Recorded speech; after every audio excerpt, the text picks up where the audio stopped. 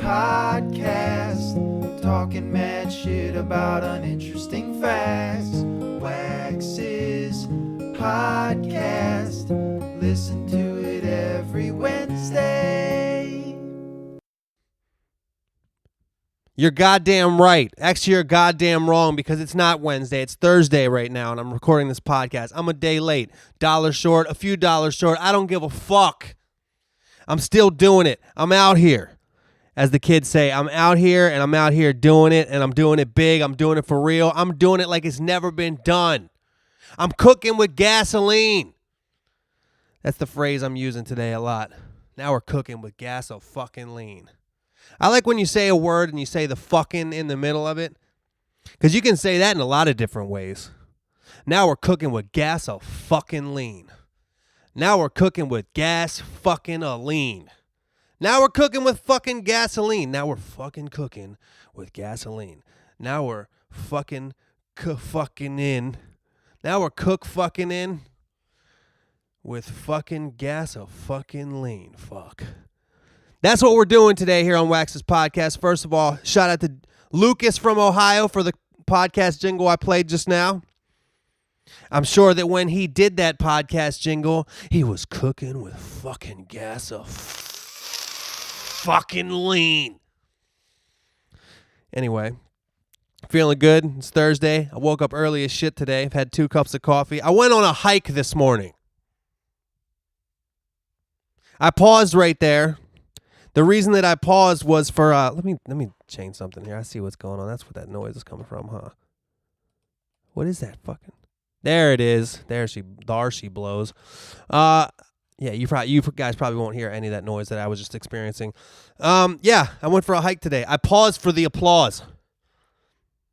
You person, specifically you that I'm talking to, in your car, or in your cubicle, or on your hike. If you were hiking when you heard me report the news that I took a hike this morning, and I don't mean that somebody told me to take a hike. I mean I took a hike. I went on a hiking trail through the wilderness. I got up early and did that. That's what January's all about for me. I do shit like that. You think I went on a hike in December? First of all, that's one of the beautiful things about living in Los Angeles. You can take a hike in December and January. I wore shorts. I wore fucking shorts. You people out there in Manitoba, I don't even know where that is, but I'm pretty sure it's cold. Sounds like a cold place. You could put Manitoba in Southern California, and for some reason it would be cold. But all you people up there in Chicago, up in Massachusetts, eat your fucking heart outs, because when I was cooking with gas-o-fucking-lean, and you need to be cooking with gas-o-fucking-lean because you need to burn something for your own heat. But I took a hike, and I want you to applaud. I want you to stop what you're doing, because I'm about to ruin the thought that you had when you used to think I wasn't hiking, think that Mike and them wasn't. Hey, I don't need to freestyle about it. This isn't a rap song. This is a podcast. I'm just going to tell you about it without rhyming. Went up there, walking around, looking at nature, getting winded as fuck, burning calories, building leg muscle. Calf, ankle, thigh, knee. You work out your knee muscle. It's more like your knee joint. Knee ligaments. My ligaments are up to par. But yeah, I got a nice little stretch. Did a little stretch before I went. You know what I'm saying? Looking like Woody Harrelson in White Men Can't Jump. Speaking of old references. When I was on my way to my hike this morning. You know I love Spotify. Anybody that knows me knows I love Spotify because you can listen to fucking anything. Anybody out there complaining about how it's $10 a month and they think music should be free can suck my dick. That's right. I said dick. That's right. That's an expression, though. I don't really mean to do it. I don't really mean, that wasn't a sexual threat. Don't get me wrong. But what I'm saying is, I used to have to fucking spend more than that just for one album. Not to mention, I had to go to the goddamn store. I had to leave my house. So anybody worried about $10 a month can suck my dick. Yes, I used the phrase. Yes, I used the phrase dick. Phrase suck my dick. The noun was dick and the verb was suck. And the fucking what do you call it? Fucking ownership. The fucking possessive was my. The possessive adjective was my. Okay? And that's not a sexual threat. Not to be confused. Don't put me in that category, folks. Don't put me in that category. But I was listening to Spotify, and I was listening to this old album I used to listen to. Probably like, I think this album came out in like 2001, 2002. It's The Peacemaker by Tony Touch. Underrated rapper. Tony Touch, a well-respected DJ. Underrated rapper. I'm proud to be Latino, skinny like Vinny Barbarino, Toca, esa loca, you know the steezo, shine all over the world with my sonido. Mijo, you ain't got nothing on this taino. For Bienvenidos by popular demand is the most requested DJ from the East Coast, The Peacemaker. And I was listening to this and I was turning it up really loud. And I had just recently listened to the top 50 United States Spotify a couple days ago. And you know, if you listen to Lil Pump and Migos and Cardi B and all this shit, these kids that I was driving by, I drove by a school and there was younger people there. And I just had the thought, like, these people are looking at me. I'm going nuts in my car. It's early in the morning. I'm drinking coffee. I'm feeling like I'm feeling right now. I'm cooking with gas a fucking lean. And I'm wilding out in my car to this song, playing it loud, windows open. And these kids are looking at me like, what kind of old man nonsense is he listening to? What is this old music that goes boom, bap, ba-boom, boom, bap, with some guy rapping not in triplets over it? This old, out-of-touch dinosaur from the Jurassic period of boom, bap, hip-hop. What in God's fucking tarnation is he listening to, is what this kid's thinking. And, you know, just made me feel a little bit old. There's things that happen when you get old. I mean, I actually went to, shout out to my boy AK, Andrew Krasinski, soon to be a father. Shout out to his wife, Deanna Garcia. Congratulations. I went with the two of them to a flea market. At the Rose Bowl in Pasadena on Sundays, they have the biggest flea market in the area. And they were going to look for some furniture. So I didn't decide. They hit me up and invited me and I rolled with them. Ended up getting a vinyl record of five. This is way older than boom bap hip hop, obviously, but I kind of like old timey shit. Like, I love watching. Sometimes I'll get into a YouTube vortex where I watch old Johnny Carson videos. Then I'll watch older than that, like the Rat Pack, like Dean Martin and Sammy Davis Jr., Frank Sinatra. And then I'll get even older than that, like the first, just like the beginning of television.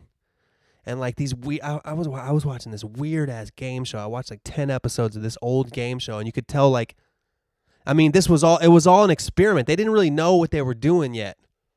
You know, now there's been thousands of game shows on the air, and we know what works and what doesn't. Then they didn't. And a lot of stuff didn't work, and a lot of stuff was just it was so loose and what? Unexpected. But I got a 5-album set of comedy radio broadcasts from the 1940s. There, I still haven't listened to it. But we do have a record player, and I'm going to listen to that motherfucker today.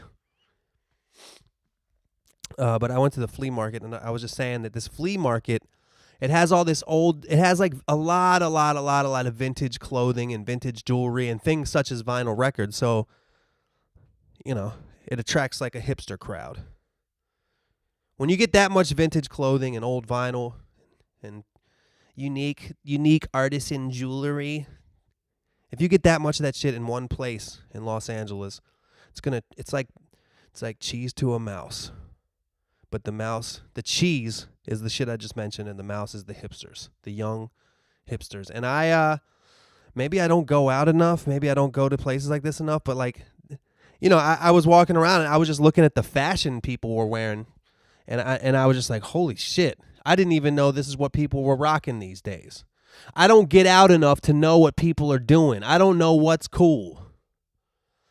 To top that off, granted, I've never been much of a club guy, a nightclub guy, but like I follow a couple people on Instagram that like are just like hot chicks, like Instagram models. Not very many, but there's a specific one that I follow that's always like, she's one of those people that like, she probably is like in magazines where they have like really nice like fast cars, and then there's a chick that poses next to them, like one of those type of chicks that like gets kind of paid to go to nightclubs and just like be there looking hot at a table. And like I saw some Instagram story video. It was like her and like her like those kind of chick friends, and they're just like at a nightclub like woohoo, yeah, like the video is literally like selfie of them doing that.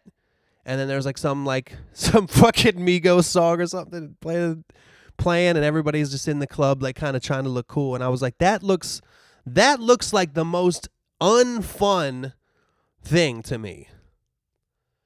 This thing that's glamorized, this whole, I mean, it's been like this for a long, long time. Popping bottles in the club, being in the club, popping bottles. Listening to and just woohoo, yeah, we're here. Oh yeah, like that looks like the stupidest and most unfun shit to me. I don't know. Maybe I've just seen it. Maybe it's a rerun. It's a life rerun to me. Maybe as you get old, you want to experience new things. You know, that new thing might be having a child. That new thing might be getting married. That new thing might be going back to school and getting a doctorate. I don't know, but you know, I've seen all this shit. But strangely enough, maybe this is a personality thing, because like a dive bar setting still looks fun.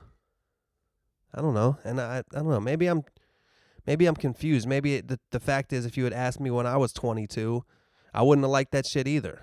But I did occasionally go to places like that, I think. I know I went to a few. What am I rambling about? What the fuck am I talking about today? Yes, I felt old in the car. What else happened this week? I saw a thing about how apparently like in like 2006, that this porn star named Stormy Daniels had an affair, extramarital affair for Donald Trump, and he paid her some hush money to keep quiet about it once the election came by. And she was like talking about him and all this shit, but the main thing I thought about it, pretty much everybody's not surprised that something like that would happen with Donald Trump, that he was fucking a porn star, cheating on his wife. But the main thing that I thought, which I think with a lot of things with Donald Trump, I'm trying not to pay attention to it too much, as I always say, but you can't fucking avoid it. If you use Twitter, you can't really avoid Donald Trump. Somebody's talking about him. Somebody got something to say. Almost every time you look at it, one of the trending topics has to do with some stupid shit he did or said. But my only thought with this porn star shit, having an affair with a porn star, paying her money to shut the fuck up about it, and then she comes out, and it's not like people are saying it didn't happen. My only thought was, imagine if this happened to Barack Obama. You can't. It would be detrimental. His career would be fucked. First of all, his wife would be fucking so mad that, you know, I don't even know how to explain it, but I think that you guys can catch my drift. Another expression I want to bring back: catch my fucking drift. Catch my drift. Fucking ift. That's how I'm gonna say it. In other news, you know what I wanted to tell you guys about? This is something I'm really excited about. This is something in my life, indirectly in my life, but kind of directly in my life. I got to give a shout out to my boy, one of my best friends in the world, Todd Rex, a.k.a. T-Rex. If you're in the Los Angeles area and you want to see and do something really fucking cool, on February 7th at the Satellite here in Los Angeles, there's two shows, 7:30 and 9:30. T-Rex is taping his special. He's taping his hour comedy special. I've known this fool for 10 years, and this is probably the dopest thing in his career that's going on and the whole time I've known him. This is a big deal. He's taping an hour-long special. It's executive produced by Craig Robinson. Craig Robinson is Daryl on The Office. He was the bouncer in Knocked Up. He's in Hot Tub Time Machine. He's in a million movies. That movie where the world ends with he's on the show Eastbound and Down. He's on a million things. But him and T-Rex have been really close for a long time, and T-Rex has always performed with him, open for him for years. And he's going to executive produce this comedy special, which they are shooting on February 11th at a place called The Satellite. You can get tickets now at thesatellitela.com. And there's 2 shows, one at 7:30 and one at 9:30. And if you want to come out and laugh, he would appreciate it. It's going to be awesome. I don't know if he knows the name of his special yet. He's had all these he's had all these funny names. My favorite of which, T-Rex is half black and half white. The color of his skin would be referred to as beige. And he was talking about calling his special Beige Against the Machine. which I'm 100% in favor of. If it was put to a vote, I don't think that there'd be a lot of names that I would like on top of that. I don't think that you could beat that one. So, congrats to my boy Todd Rex. Go check that out. I was trying to have him on the podcast to talk about it. Maybe next week. He was going to come over last night. That's why I didn't get the podcast out yesterday. I didn't do it because he was going to come over, and then something happened with his family. He couldn't make it. So I was just like, fuck it, I'll do one tomorrow when I wake up. As far as what I got going on, I've been working my fucking ass off. I've been working on music, y'all. I got some good stuff. Good stuff coming to you. Working on some raps, working on some songs, finishing up. The main thing I'm working on is finishing up my album, the Bitch Ass Acoustic album. The Bitch Ass Acoustic album will be coming to you. I'm going on tour in March. God, I'm saying a lot of things. I'm going on tour in March, so before then, I want to finish this album. It won't be out before then, but when I go on tour, I want it to be being mixed and mastered, and I'll just listen to it from the road and give approvals. I'm not sure who's going to mix and master it yet, but that's besides the point. I got to finish it in the next month or two, and I've been working every day diligently to do so, and I'm feeling good. I'm feeling real creative. Like they say, like I've said, this creativity shit, the way that it treats you, it's like a surfer, man. I might have said this on last week's podcast. I think I said I don't want to repeat myself, but that's how it is. You out there in the ocean on your little board. You're looking into the yonder. All you see is horizon. You see the flat, glass-like surface of the ocean, and you just sit there and you're like, "Damn, dude, ain't no waves." And then every once in a while, the surfers call it a set. Something happens out there in the ocean, some nature. Maybe there's an earthquake. I don't know what happens. I don't know how waves are created. I'm not a marine, I wouldn't be a marine biologist, but I'm not a fucking ocean scientist, okay? I don't know how waves are created. But I know that everything on Earth is based on waves. Rhythm and waves and you. But sometimes the big set comes in, and that's creativity, man. And when that shit comes in, you got to ride it. And right now, I'm riding the fuck out of it. Writing all kinds of shit. So, it's going to be nice. The Bitch Ass Acoustic album is shaping up to be a real nice listen.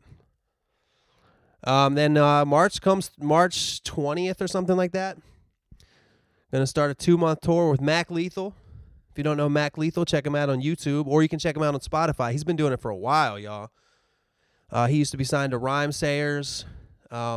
He has a lot of videos on YouTube that show his exceptionalism as a rapper, and I'm actually really excited to see his set myself because he pulls off some superhuman feats as far as rapping.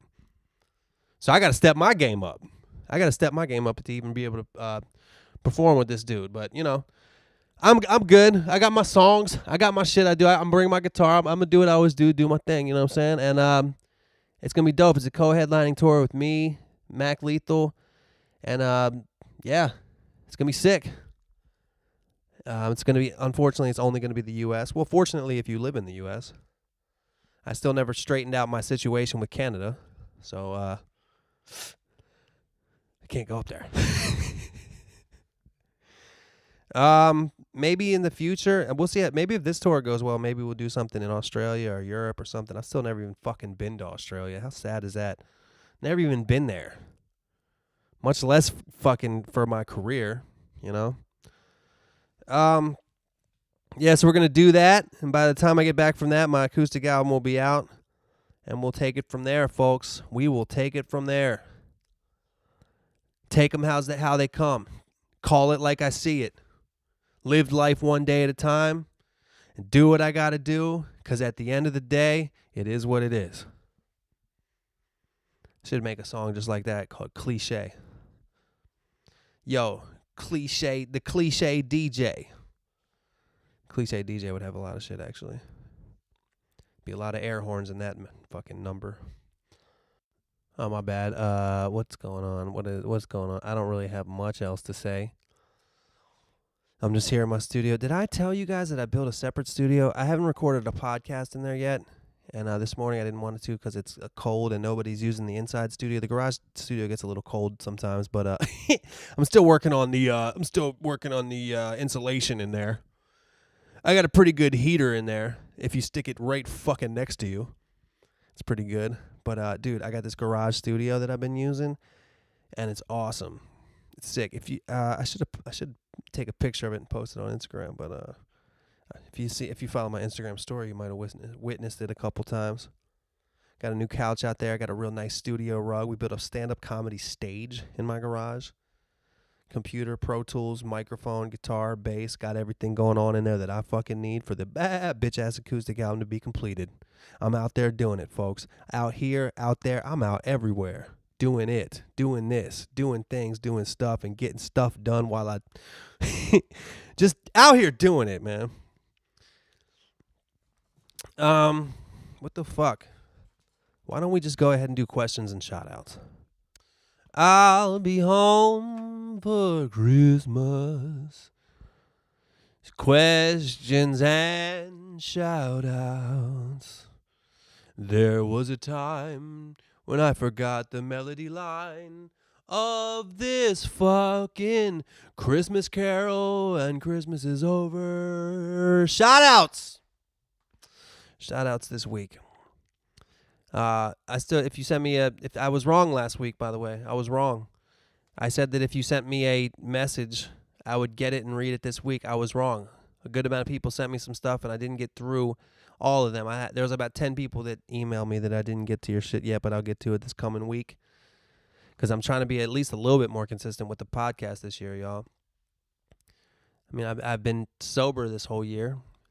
Thank you. I saved some room for applause there, just like I did when I told you about my hike. And, doing my thing. Taking hikes and shit. Taking hikes at 7:30 a.m. That's the kind of January I always have. You think I did that in December? You're dead wrong. As I mentioned last week, my Decembers, I lived like a fat slob. A fat drunken slob is how I worded it, I believe. You know what's funny is another thing, before I get into shout-outs and questions, another thing to go along with that whole concept. I was looking through, I have a folder on my laptop that's just called Text Edit Documents. And I use Text Edit, I use my Notepad app. I rarely use an actual notebook anymore, but I do sometimes actually write stuff down, but a lot of times I'll do just like to-do lists and stuff I think I should improve about myself stuff. At the beginning of the year, I always write, I always end up writing some some document where I'm talking about in what ways I have to change myself. And there's one from 2017, 16, 15, all the way to 14 on my laptop. And the funny thing about it is every single one is the same. They're all the same. I've been doing the same shit since 2014. Like this whole quit everything for a while, then start everything for a while, and then quit everything for a while, and then struggle and tell myself that I'm going to change. And I kind of changed, and I stopped changing. And after 4 years of this, I kind of looking back on it, it's like, oh, people kind of are who they are, and I kind of am who I am, and this is who I am. This is who I am. It's going to be hard to change who I am. That's kind of what I do. So I'm just going to keep doing it, y'all. If you holler at me next December, I'm going to be a fat drunk slob. If you holler at me next January, I'm going to say, what marathon do you want to run with me? Because I'm down to do them all. That's just how I am. People are who they are. Hard to teach an old dog new tricks. You know what I mean? Shout outs. First of all, shout out to Jackie Sweetleaf. Second of all, Zechariah M. Third of all, we got Dylan from Massachusetts. Fourth of all, Jordan J. Fifth of all, Tommy from Jacksonville. Sixth of all, my man Ed from Chicago. And seventh and eighth and all, A-Def as well as J-Def. I got my fucking this girl that I live with is always disturbing me. Always being a disturbance. Or come here. What are you doing? Oh, the door's locked? Good. Now I have my roommate's girlfriend, Aura, is fucking hilarious. She's a comedian as well. And she's actually killing it right now.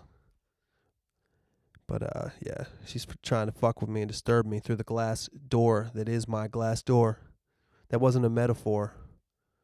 It wasn't like the glass door that is the window to my soul, the glass door that is the conduit between my brain and mouth, which filters the things that I say and things that I think. No, it's just a fucking glass door that leads from my inside of my house to the outside of my house. Anyway, where are we at? Peyton from Minneapolis says, hey, we do a podcast where we review music albums. Do you have any advice for do you have any vice? Yeah, I have a lot of vice that I could offer you. Cocaine, heroin, prostitution, and gambling. Is that enough vice for me to offer you? Do you have any advice for a new podcast endeavor? None of us had a following before the podcast and find it hard to get people interested. I even reached out to EOM to see if he'd want to whip up a sick beat for the intro to get people hooked. Thanks. P.S. Huge fan. Keep up the phenomenal work. This podcast is Talking About Singing, y'all. TalkingaboutSinging.podiant, Podiant.co.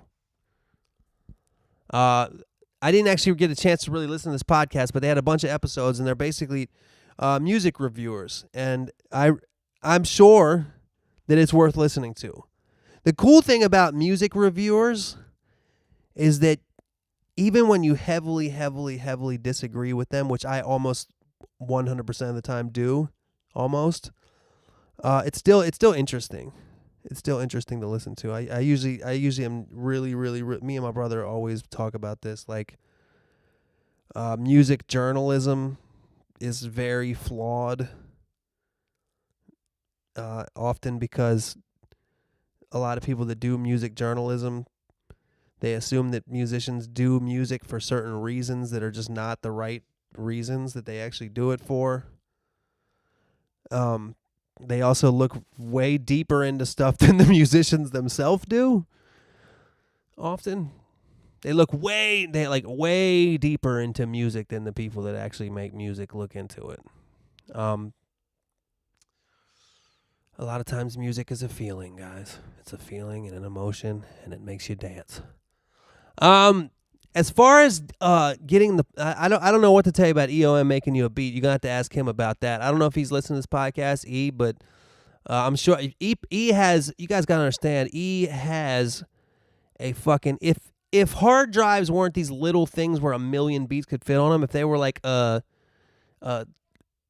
shelf full of tapes, he would have like a library worth of beats. He has 1 million beats. So I bet you that if you asked him really, really nicely, I don't know if he'd whip you up a beat, but he might have an old beat that he could let you use. I don't know if he's going to make something specific. Maybe he'll make something specific if you give him a sample and tell him what you want. I don't know.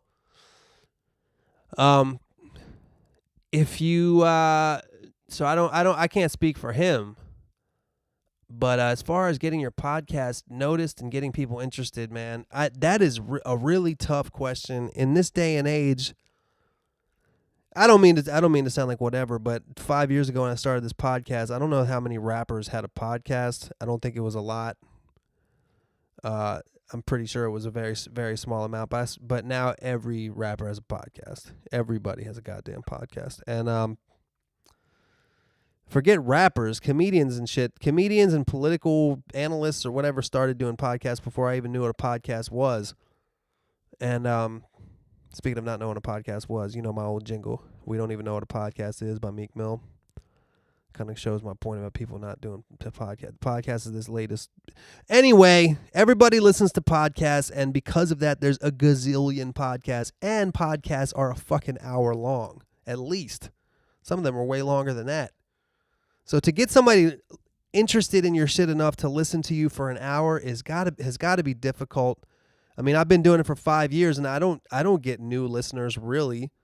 I mean, especially when you're as inconsistent as I. Well, lesson number 1, that's your first thing. Be consistent. If you say you're going to put it out on Wednesday, put it out on Wednesday. Because if you don't, as evidenced by my numbers, which I can see, you will lose listeners. I've lost listeners because of my inconsistency. I've seen people say, well, I can't really keep up with it because he doesn't put it out often enough.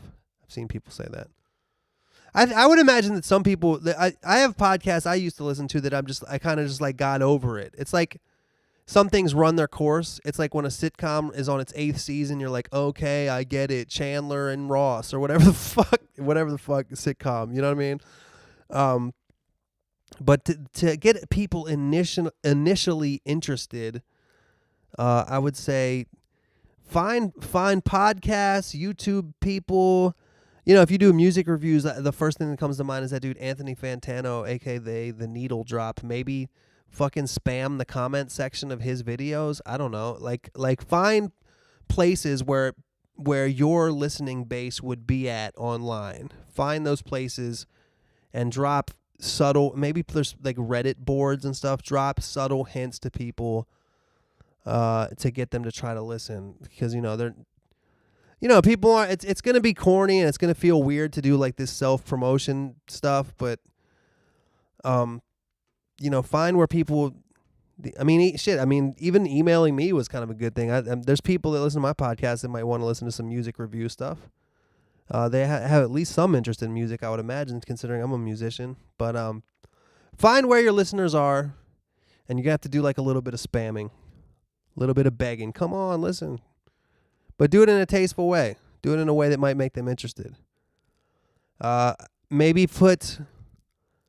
the way a lot of people do it now is they kind of like get little, like they chop it up and put little segments. Whatever you find to be your most interesting segment, post it on Facebook, maybe with one of those headlines that say, this guy thinks Cardi B is a fucking racist.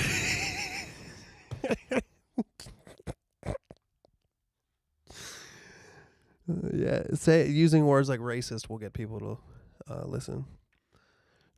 Words like racist, words like Trump, words like Cardi B, words like Cardi B. That's what I would say. Chop your hour-long podcast into 60 clips, 61-minute clips, make them all a video with a headline, "This guy says Cardi B is racist." I bet you that'll increase your listenership right there. Or like who else is famous right now? I don't know. Just have Google most famous people right now and find the 60 most famous ones and title the videos, insert 1 through 60 is racist. That'll definitely increase your listening. So talking about singing, y'all. Check it out. Oh my God. Oh wait. All right, this is Frank.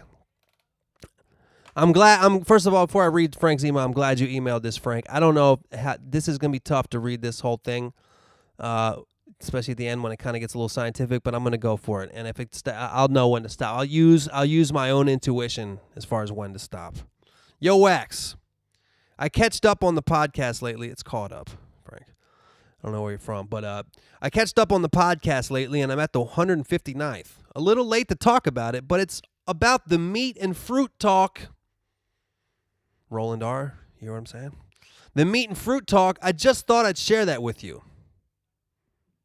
Vegan always, your English is not this first guy's language, I'm guessing. Vegan always talk about how meat is bad. The only research I can find about that are activist vegan who wrote them. Dr. Moro de Pascal wrote an endeavor about the benefit from fats and how carbohydrate is the true enemy in a diet. It's called The Metabolic Diet, the Anabolic Solution. I'll share that part with you. This is him quoting this scientist. Red meat has been maligned now for the past few decades. It seems that nothing good can be said about it except that it's great barbecued. But the tide is turning, and research is showing that red meat has been undeservedly maligned. Dr. Mauro Pascal always said that red meat is good, and there are several reasons for this. First of all, I never believed in what the naysayers were preaching. Again, just as with saturated fat, there are too many inconsistencies. After all, red meat has been a staple in our diet since the beginning of our time, so why all of a sudden is it poisonous to us? And red meat contains as much oleic acid, the same monosaturated fat as in olive oil, as it does saturated fat. Oleic acid is considered to have significant health effects and is also felt to act as a sensing nutrient and, when present, decreasing appetite. Red meat is one of the best sources for amino acids. It's high in vitamins A, E, and B complex, vitamin 12, while plentiful in meat, is not found in vegetable products.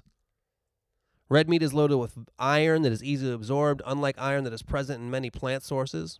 As well, red meats are excellent sources of other nutrients, including a bunch of this fucking complicated science word nutrients. All vital nutrients, especially for those of us who want to improve our body composition.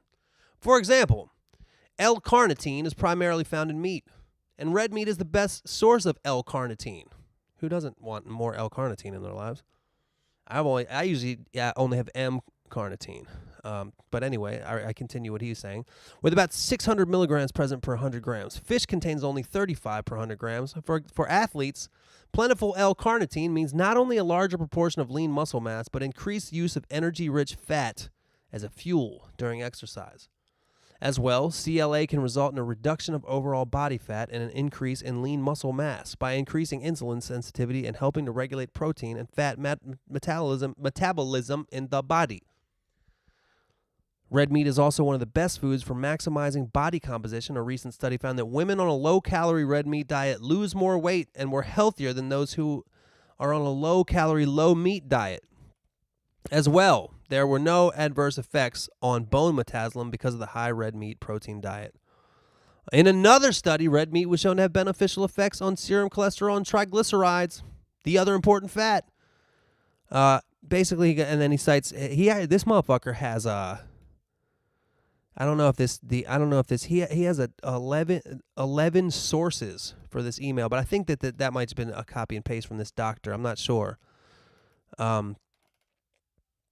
But thanks, Frank. Oh, Frank then asked a different question, but I wanted to read this because, you know, it is true what Frank is saying. You know, there are so many different.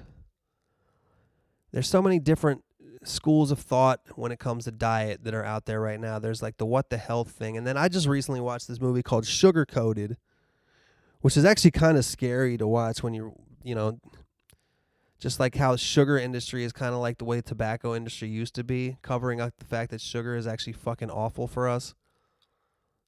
And it's scary to me because sugar is such an integral part of our society. We watch children eat it every day. You know, I was at my nephew's birthday party. They first of all, the cake has got 1 million pounds of sugar on it. When they hit the piñata and they all rush for the candy.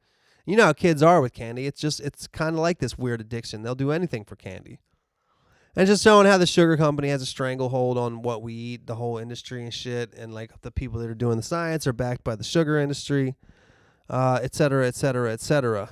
And basically saying that sugar is kind of, you know, wheat. And the truth of the matter, and is that right now the average human being, you know, this has been like in the last like 70 years, this changed. Like the average human being consumes like quadruple to quintuple the amount of sugar that any human being ever used to eat. You know, so that this is why when you look back in time, not as many, you know, people didn't have diabetes, people didn't die of heart disease the way we do now. I think they did die at fucking 30 of black lung or whatever, but you know, the sugar that's in our diet that we consider standard, that if you think about it, like Where the fuck is Coca-Cola in nature? Fuck Coca-Cola. Where's Rockstar Monster Energy? And all this real easily, all this processed food in general, you know? And, you know, we're addicted to sugar and salt and yada, yada, yada. There's a lot of different ways you can skin a cat. But for me, you know, this past August, I was vegan for a month. Right now, I don't know if I mentioned this on the last podcast, but I'm actually on a low-carb diet. I'm going in. It's January, y'all. Trying to lose a little bit of that weight that I gained in December, you know. I got up to 185 in December at some point. And at the new year, I was 181. And since the new year, I'm like 174. I've lost like 7 pounds in the new year, probably mostly from not drinking beer. But that's pretty good though. 7 pounds in like 17 days. I think that's good. I don't know. So I've been staying away from like rice and bread, and just eating more like a I guess like the Atkins diet back in the day. More like spinach and vegetables, and I've been eating a lot of meat and eggs and shit too. A lot of like avocados. Been eating some almonds, stuff like that. Cause it's January and I go in. But my point is, I try shit. I don't think any of these people are right. I don't think that anybody can be like, I'm right beyond a fucking doubt. Because you actually do make a good point. You know, we've been eating meat for a long time. But then the vegan would be like, well, if you look at the human teeth, like, how come we're the only motherfuckers that got to cook it? If you want to eat meat, just go take a bite out of a cow the way a fucking lion does. You know, how come you got to cook that shit? Pussy ass humans. But I don't think any of them are right. I think the person that's right in almost every situation is that no matter what it is, it should be in moderation. But humans just aren't like that. You know, we can't really live like that. I know that back in the day when we were cavemen and shit, we just fucking ate what we could get. You know, just ate whatever we could get. So I don't think any of it's right. But I like to try different things. I think maybe it's just like this weird thing where like every once in a while I like to challenge myself. But I also like to be relatively in shape. I have enough shame to where I don't want to get real fat. You know what I mean? Maybe that's because I'm in showbiz. I don't know. But like I'll never be ripped because I go off the wagon so much. But I think I have enough shame that I'll never be really, really fat. Anyway, Frank also asks who directed the video for Adventures of Larry and Tina. That's my boy Jay On, who I'm actually going to meet with today. He's still one of my best friends.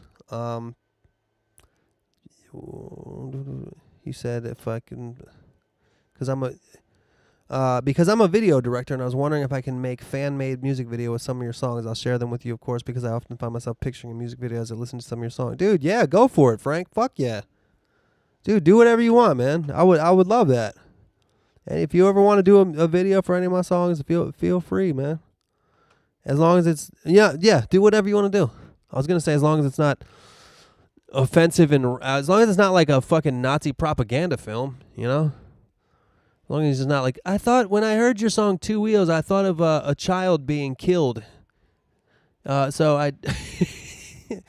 Anyway, I'm going to stop talking about that. This is Ryan K. Hey, Wax, Ryan K. from Seattle here, a.k.a. Reen the Bean. I'd love to get a shout-out for me and my bro, Justin K., a.k.a. Gene the Supreme Lean King of Serene Preteen Clean Peen Dreams. Okay, well, shout-out to you, Ryan K., and shout-out to you, Justin K. Appreciate y'all listening. I also have a question. Who are the biggest celebrities you've been around, and who is your personal favorite?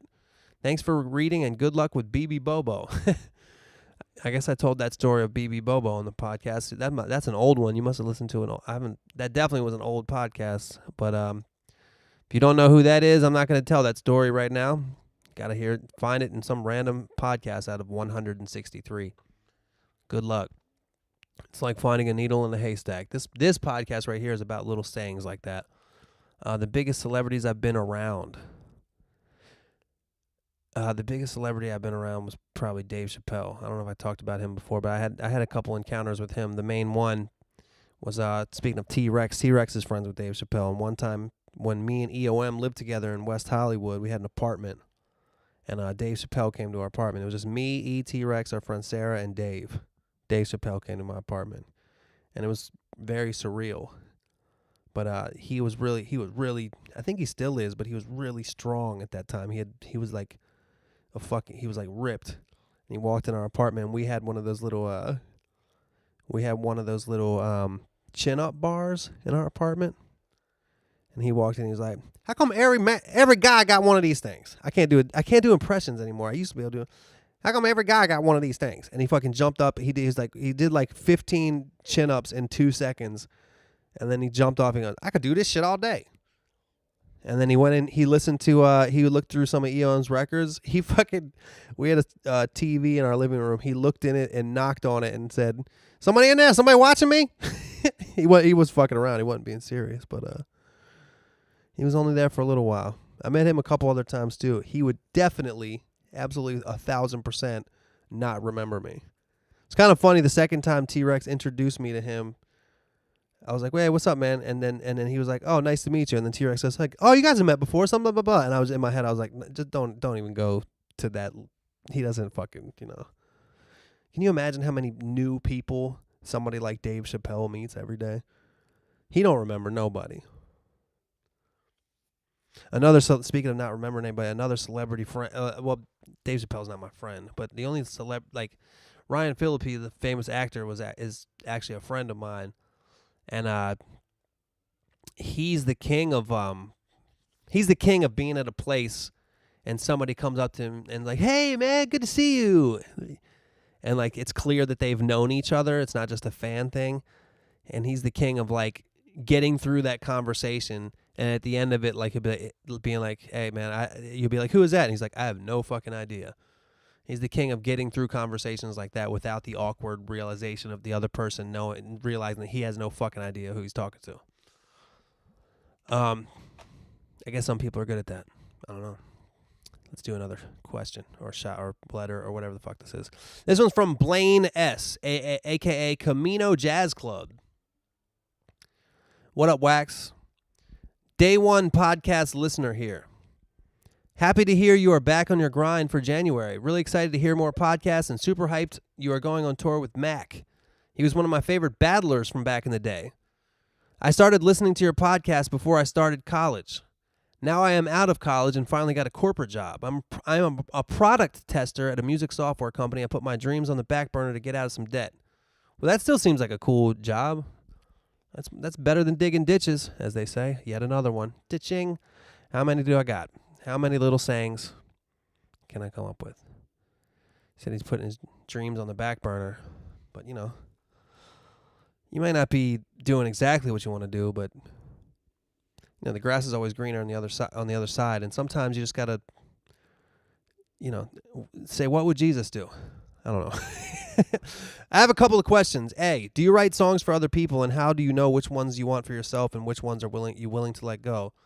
The answer for that is kinda no. I have done that a couple times on accident, and it's like, do you write songs for other people? No. Have I tried to? Yeah.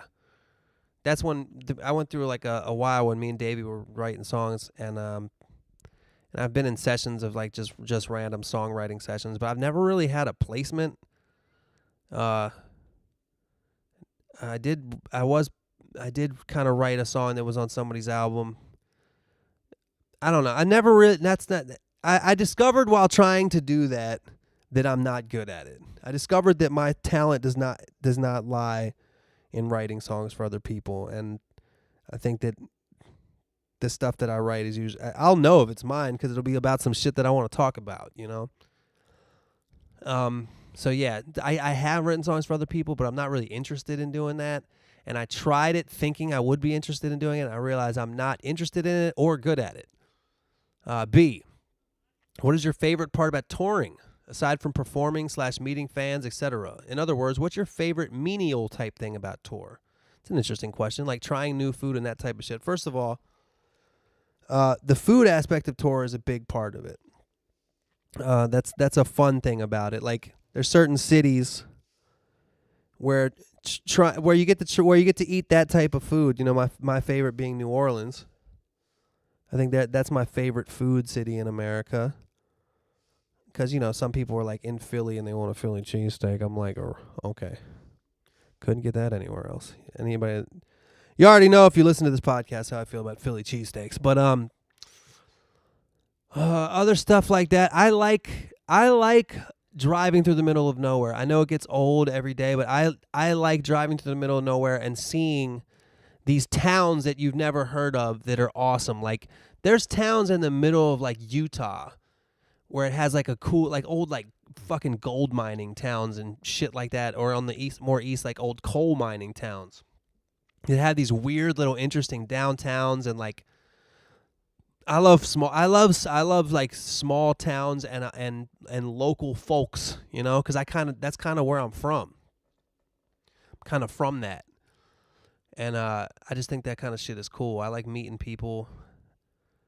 I like going to diners and like local bars and shit like that, and it's just seeing what's going on in different kind of towns. I love the analyzing accents. When you're on the road a lot, and then you come back to LA. LA's full of, especially if you're in the entertainment biz, LA's full of people that are not actually from LA. LA gets a bad reputation. Everybody thinks all the LA people are all stuck up and blah blah blah. That's not people from LA. Those are people that moved to LA to be like that. People from LA are cool as shit. But yeah, when you get back, when you tour a lot and you get back to the road, you become, at least I became really good at telling where people are from. Like I can have a conversation with somebody and be like, "You're from Philly, you're from Boston, you're from Texas," but you lose it after a while. I love accents. I love the South. I love all of it. I love like the Seattle area. I love the New England area. But yeah, the food is a cool part of it. I love like truck stops. I love the whole thing. I'm a big like old school Americana fan. Old diners. I love like Route 66 type of shit. I don't know. I'm into all that shit. Like I like looking through when you go to a truck stop and they got the little section of cassette tapes. I like looking through it. You know what I mean? I'm very easily impressed, to be honest with you. What else you got here? You said, okay, anyway, thanks for the time to read my email. It would be unreal if you could shout out Blaine S., a.k.a. Camino Jazz Club, on your next podcast. I've been putting out a lot of beats lately, and although I have a degree in marketing, I don't know shit about getting fans. Any tips on that would be hyped as well. Man, that is getting, whether it's the podcast that the dude that Peyton from Minneapolis was talking about, or making beats. It's so fucking hard to get noticed now because, dude, with making beats, so many people, like with any laptop you get now, you can make a beat with it, or an iPhone. Everybody makes beats. And unfortunately, people start making beats, and then they get into the idea of putting out the beats before they get into the idea of making good beats. So the market is flooded with people that make beats. Trust me, a lot of people hit me up with beats. And granted, I get some fucking gems, but most of them are people that just started doing it. And I always want to be like, the people are like, this is my second beat I ever made. What do you think? I always want to be like, it sounds like the second beat you ever made. It didn't used to be like that back in the day. You couldn't really put something out just unless it was good. I don't know. No, that's not true, but it's like you could put anything out, but it wouldn't get to the world, unless it was good. It wouldn't really circulate unless it was good. Then again, it's not like these things are circulating. They're just, you don't have the access to email. I didn't have the access to it thank God, to email. Like, I couldn't email my favorite artist and be like, hey, check my shit out, and they would actually do it. Like, that's crazy. Like, the access we have now is nuts. It's so crazy. Anyway, that was the last email, and I think that I might get along with my day. Get along with my day. So anyway, I hope everything's going good for you guys. I hope you guys are having a great 2018 so far, and I also wish that you will continue to be safe out there.